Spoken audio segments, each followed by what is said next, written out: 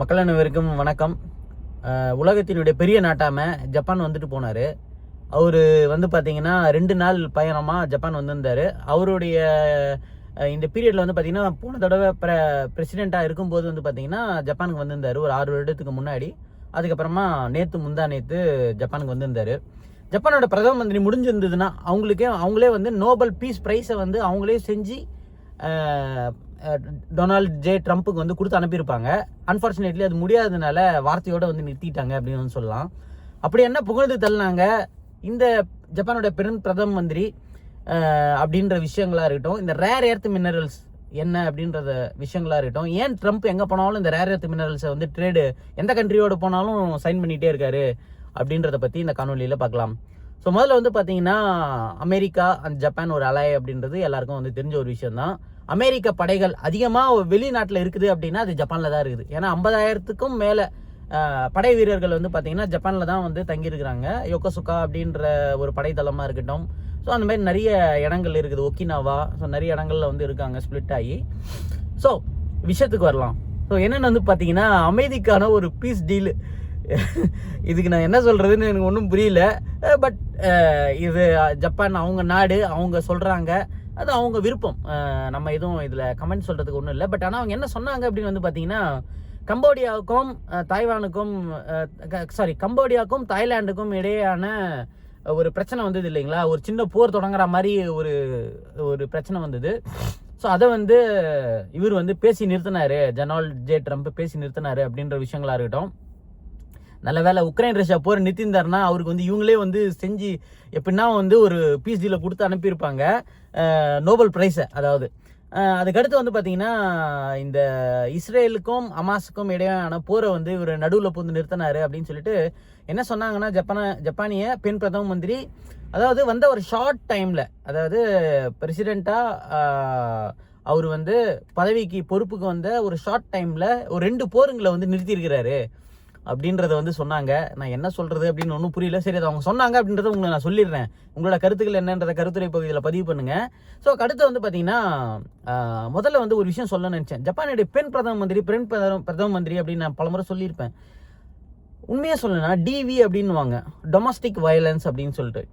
இப்போ இருக்கிற latest generation Japanese பெண்கள் ஆண்கள் கொஞ்சம் நல்லாவே இருக்காங்க அப்படின்னு வந்து சொல்லலாம். பட் ஆனால் ஒரு காலத்தில் நான் வந்து ஒரு இடத்துல போய் வாடகை இருக்கிறேன். அங்கே வந்து டொமஸ்டிக் வயலன்ஸ், ஒரு பெண்ணை வந்து எப்படி வேணாலும் ஒரு அடிமையாக வச்சிருக்க முடியுமா அப்படின்னு வந்து பார்த்தீங்கன்னா நான் பார்த்து தெரிஞ்சுக்கிட்ட ஒரு விஷயம். உண்மையிலே எனக்கு பார்த்து ஒரு நாளும் ஒரு நைட் நான் தூங்கும் போதும் சத்தம் கேட்கும் பக்கத்து வீட்டிலேருந்து. என்னடா இது அப்படின்னு சொல்லிட்டு நான் நினச்சி உண்மையிலே வருத்தப்பட்ட தருணம் அது அப்படின்னு வந்து சொல்லி ஆகணும். அந்த அளவுக்கு வந்து இந்த ஓல்டு ஏஜ்டு பழைய ஜென்ரேஷனில் இருக்கக்கூடிய ஆண்களுடைய மென்டாலிட்டி எப்படி இருக்குது அப்படின்னா, பெண்கள் என்றால் ஒரு மிகப்பெரிய ஒரு அடிமை, அவள் வீட்டுக்காக மட்டும்தான், அவளுக்கு எந்த ஒரு இதுலேயும் வந்து பங்கு கிடையாது அப்படின்ற மாதிரியான ஒரு குரூஷியலான ஒரு மென்டாலிட்டி. அதை நான் என் கண்ணு முன்னாடி நான் பார்க்கும்போது அது எனக்கு ரொம்பவும் மன பாதிப்பை வந்து ஏற்படுத்திச்சு அப்படின்னு வந்து சொல்லி ஆகணும். ஏன்னா நைட்டு 11 மணி 1 மணி வரைக்கும் போட்டு திட்டிக்கிட்டு கொண்டுக்கிட்டு இருக்கும்போது வந்து பார்த்தீங்கன்னா வாழ்க்கைன்றது வாழ்கிறதுக்கு தானே. ஸோ பெண்ணாக இருந்தால் ஆணாக இருந்தானே யாராக இருந்தாலும் வாழ்க்கையை வாழ்கிறதுக்கு தான்.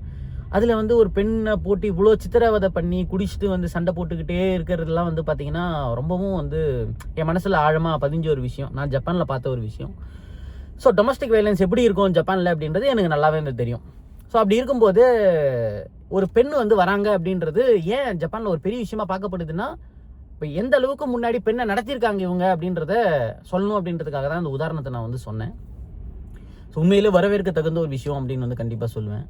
ஸோ அடுத்தது நம்ம டாபிக்கு வருவோம்.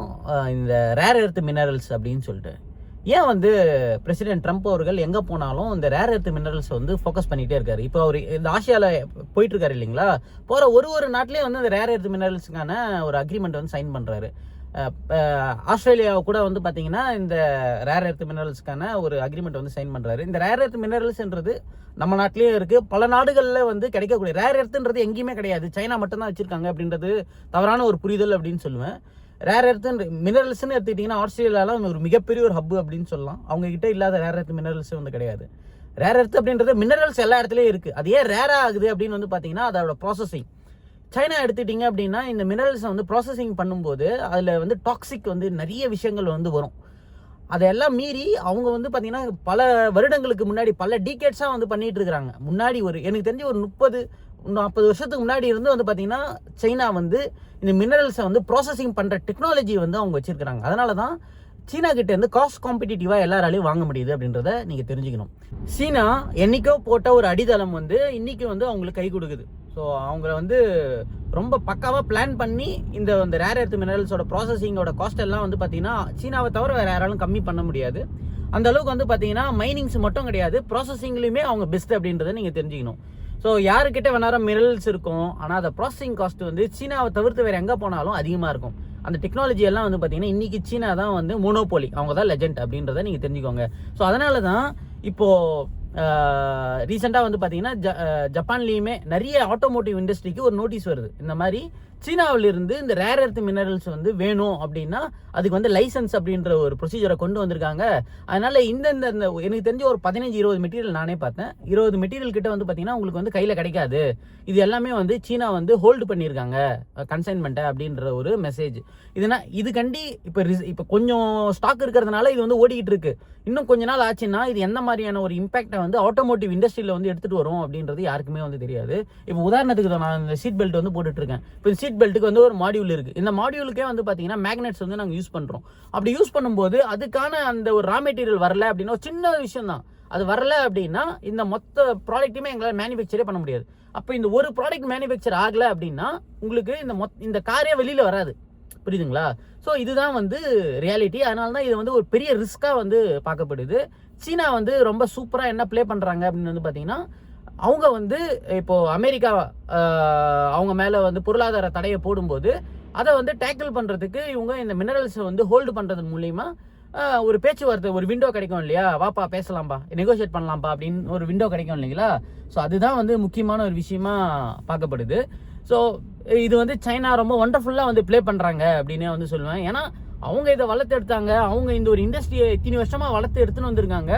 இன்றைக்கி சீனாவை தவிர காம்படிட்டிவாக வேறு யாரும் கொடுக்கறதுக்கு ஆளே கிடையாது அப்படின்னும் போது இன்றைக்கி இப்போ உதாரணத்துக்கு இப்போது ட்ரம்ப் வந்து பார்த்தீங்கன்னா நிறைய நாடுகளோடு சேர்ந்து இந்த ஒப்பந்தம்லாம் போடுறாரு இல்லைங்களா. ஒப்பந்தம் போட்டால் என்ன, எத்தனை பில்லியன் டாலர் நீங்கள் உள்ளே எடுத்துகிட்டு வந்தாலும் நாளைக்கே கையில் கிடச்சிட போதானா, நாளைக்கே எல்லாம் கையில் கிடைக்காது. அதுக்கு ஒரு டைம் எடுக்கும். ஓகேங்களா? அந்த டைம் எடுக்கும்போது இந்த ஆட்டோமோட்டிவ் இண்டஸ்ட்ரி வந்து பார்த்தீங்கன்னா அது வரைக்கும் காத்துட்டு இருக்குது, அந்த ஸ்டாக் பைல்ஸ் இருக்காது, காத்துட்டு இருக்க முடியாது. ஓகேங்களா? அதனால தான் வந்து பார்த்தீங்கன்னா எனக்கு தெரிஞ்சு இன்னும் சீனா கிட்ட வந்து ட்ரம்ப்பு கொஞ்சம் நெகோசியேஷன் பண்ணி இதை எப்படின்னா சால்வ் பண்ணுவார் அப்படின்னு தான் நான் வந்து நினைக்கிறேன். எப்படி போகும் அப்படின்றத நம்ம பொறுத்து வந்து பார்க்கலாம்.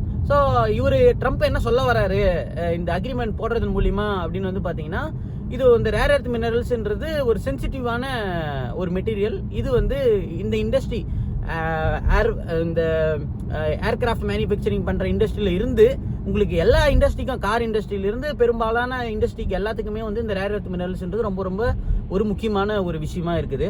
ஸோ இது இல்லை அப்படின்னா அடுத்த நியூ ஜென்ரேஷன் ப்ராடக்ட்ஸ்ன்றது வெளியில் வராமல் போகிறதுக்கான வாய்ப்புகள்ன்றது ரொம்ப இருக்குது. ஸோ அதனால் ஒரு ரிஸ்க்காக வந்து பார்க்குறாங்க. ஸோ இதுக்கு வந்து இப்போவே ஒரு நடவடிக்கை எடுக்கலை அப்படின்னு சொன்னால் நாளைக்கு ஃப்யூச்சரில் வந்து ஃபுல்லாகவே சீனாவை நம்பி மட்டும்தான் இருக்கிற மாதிரியான சுச்சுவேஷன் வந்துடும். அப்படின்றதுனால தான் இந்த ரேர் எர்த் மினரல்ஸுக்காக இந்த அளவுக்கு வந்து ட்ரம்ப் வந்து பாடுபடுறாரு அப்படின்னு வந்து சொல்லி ஆகணும்.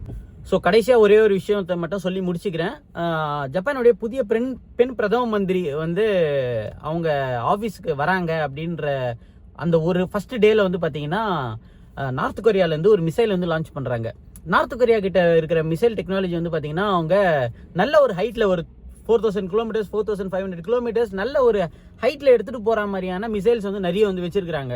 இப்போ ஜப்பான் கிட்ட இருக்கக்கூடிய இந்த மிசைலோட கேப்பபிலிட்டி, டிஃபென்ஸ் எக்யூப்மெண்ட் வந்து அதை தடுத்து நிறுத்த முடியுமான்னு வந்து பார்த்தீங்கன்னா தடுத்து நிறுத்த முடியும். பட் ஆனால் ஹையர் ஆல்டிடியூட்ல உங்களுக்கு போகும்போது அது அந்த அளவுக்கு ரேஞ்ச் இருக்கக்கூடிய மிசைல்ஸ் வந்து பார்த்தீங்கன்னா ஜப்பானில் இல்லை அப்படின்னு தான் நான் நினைக்கிறேன். எனக்கு தெரிஞ்ச வரைக்கும் 2500 கிலோமீட்டர் வரைக்கும் இவங்களால டிஃபெண்ட் பண்ண முடியும். அதுக்கு மேலே போகுது அப்படின்னா அது வந்து இவங்களால டிஃபெண்ட் பண்ண முடியாது அப்படின்றது தான் எனக்கு தெரிஞ்ச வரைக்கும்.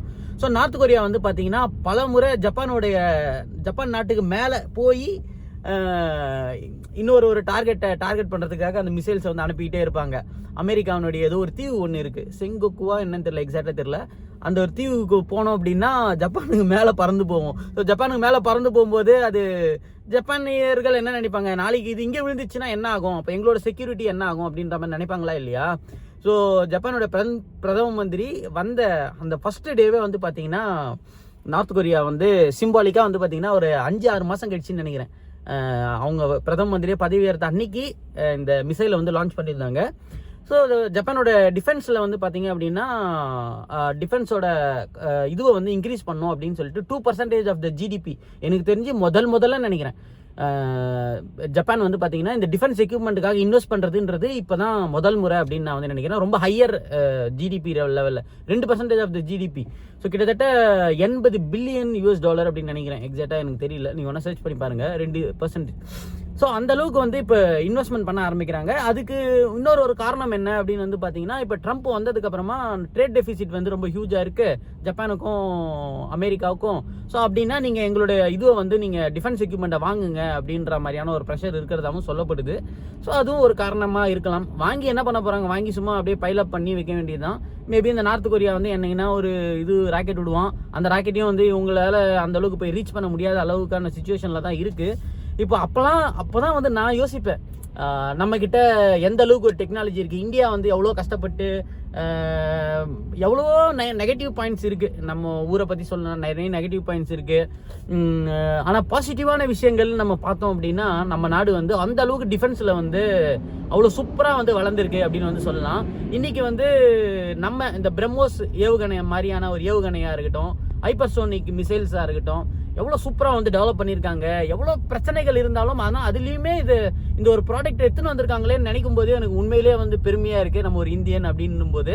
அதுக்கடுத்து வந்து பார்த்திங்கன்னா நம்மளுடைய தேஜாஸ் இந்த ஃபைட்டர் ஜெட்ஸாக இருக்கட்டும், நாமளே வந்து ஃபைட்டர் ஜெட்டை உருவாக்குற அளவுக்கு வந்து நம்ம HAL இந்துஸ்தான் ஏரோநாட்டிக்ஸ் லிமிடெட் இந்த மாதிரி வந்து கொண்டு வந்து அதில் இன்வெஸ்ட்மெண்ட் பண்ணியிருக்கிற இந்த ஒரு விஷயம்லாம் வந்து எனக்கு ரொம்ப பெருமையாக இருக்குது. இப்போ இன்றைக்கி ரீசெண்டாக வந்து கேட்கும்போது ஒரு பேசஞ்சர் ஏர்கிராஃப்ட் ஒரு 100 பேர் 150 பேர் போகக்கூடிய ஒரு ஏர்கிராஃப்ட் இது ரஷ்யாவோட சேர்ந்து வந்து பார்த்திங்கன்னா கூட்டு முயற்சியில் வந்து உற்பத்தி பண்ண போகிறோம் அப்படின்னு சொல்லிட்டு இருந்தாங்க. ரொம்பவும் சந்தோஷமாக இருக்குது. எனக்கு வந்து நிறைய பேர் வந்து கேட்டிருந்தீங்க, என்னங்க PR வாங்கிட்டீங்க, நீங்கள் ஜப்பானில் செட்டில் ஆகிட்டீங்க அப்படின்னு சொல்லிட்டு.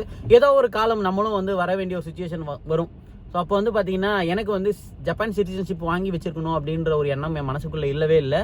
அப்போ அதுக்கான பெரிய வேல்யூ இல்லை அப்படின்னும் நான் வந்து பார்க்குறேன். ஸோ எனக்கு வந்து என்றைக்காக இருந்தாலும் நம்ம எங்கே போனாலும் நம்ம இந்தியன் அப்படின்னு தான் நம்ம முத்திரை குத்தப்படுவோம். நம்மளுக்கு நம்ம நாட்டில் போயிட்டு நம்ம மண்ணில் போய் இறங்கும் போது தான் அதில் ஒரு பெரிய சந்தோஷம். எனக்கு போய் அப்படியே அந்த ஃப்ளைட்லேருந்து இல்லை, ஐயோ நம்ம போய் திருச்சி போய் இறங்க போகிறோம்ப்பா அப்படின்னும் போது ஒரு சந்தோஷம் இருக்குது பார்த்தீங்களா, அது வந்து ரொம்ப பெருசு. ஸோ அதனால் எனக்கு வந்து இந்த ஜப்பான் சிட்டிசன்ஷிப்லாம் கால் தூசிக்கு சமம்.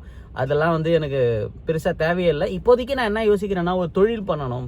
ஸோ இந்த ஒரு தொழில் மூலியமாக ஜப்பானுக்கும் இந்தியாவும் நம்ம வந்து கனெக்ட் பண்ண முடியும். ஏன்னா நம்ம இங்கே ஒரு பேஸ் இருக்குது, நிறைய பேரை வந்து வர வைக்க முடியும். ஸோ அவங்களுக்கு ஒரு வேலைவாய்ப்பை உருவாக்கி தர முடியும். நாமளே ஒரு பெரிய தொழில் முனைவராக வரணும் அப்படின்ற ஒரு எண்ணம் மனசுக்குள்ளே அதிகமாக இருக்குது. காலப்போக்கில் எப்படி போகுதுன்னு பார்க்கலாம். ஹோப் இந்த காணொலி ஒரு பயனுள்ள காணொலியாக இருந்திருக்கும்னு நினைக்கிறேன். இந்த ஒரு காணொலி பிடிச்சிருந்தேன்னா லைக் பண்ணுங்கள், ஷேர் பண்ணுங்கள். அடுத்த ஒரு காணொலி உங்களை சந்திக்கும் வரை உங்களிடமிருந்து விடைபெறுவது உங்கள் ஜப்பான் தமிழ் ப்ரோஸ்.